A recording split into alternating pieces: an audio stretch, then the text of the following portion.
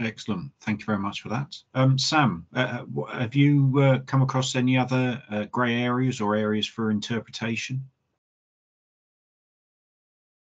Not so much, unfortunately, guided by people like James on that matter in my role. I think that the difficulty that we continue to have is the ability to, in this economic market, find ways to meet the full spectrum of new regulation, whether it's related to fire or it's related to heat gain, and just the lack of products, the cost of doing it.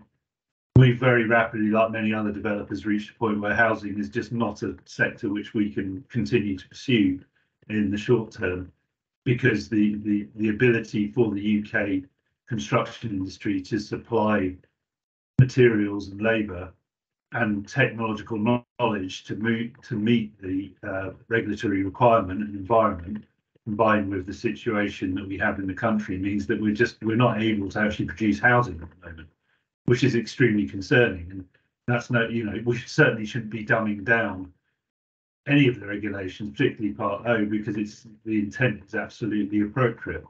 But the way that this is going to get unlocked is through very clever thinking from the design end around the passive front, and then adaptation by manufacturers and knowledgeable contractors. As Alex said earlier, it's the education of it, not just designers and developers, but actually builders, really importantly, so that we can actually get to a point where we're able to economically build housing.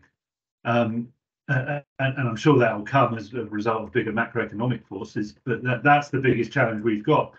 And so in simple truth, I'm looking less at it because we are moving into our property portfolio in other sectors, which aren't governed by Part O. I mean, I suspect they will be in future, but we're paying less attention to it because it's just simply not economic to build housing with the constraints that we have.